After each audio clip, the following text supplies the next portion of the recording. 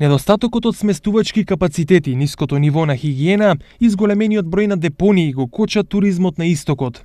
Развојот на оваа гранка не е можна без да се решат овие проблеми и да се инвестира во нивно отстранување, сметаат туристичките работници.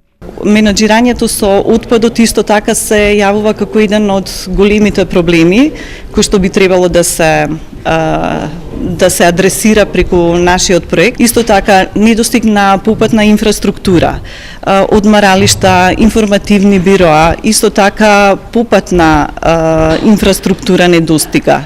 Да речеме попатни стојалишта, не достигаат патокази, така да многу тешко ги наоѓаат туристите, туристичките дестинации. Станува збор за проблеми чие решавање е долготрајно, но и скапо и за што е потребна финансиска помош од страна. Токму тоа го нуди вториот повик на проектот за локална и регионална конкурентност на туризмот, кој ќе трае до крајот на месецот.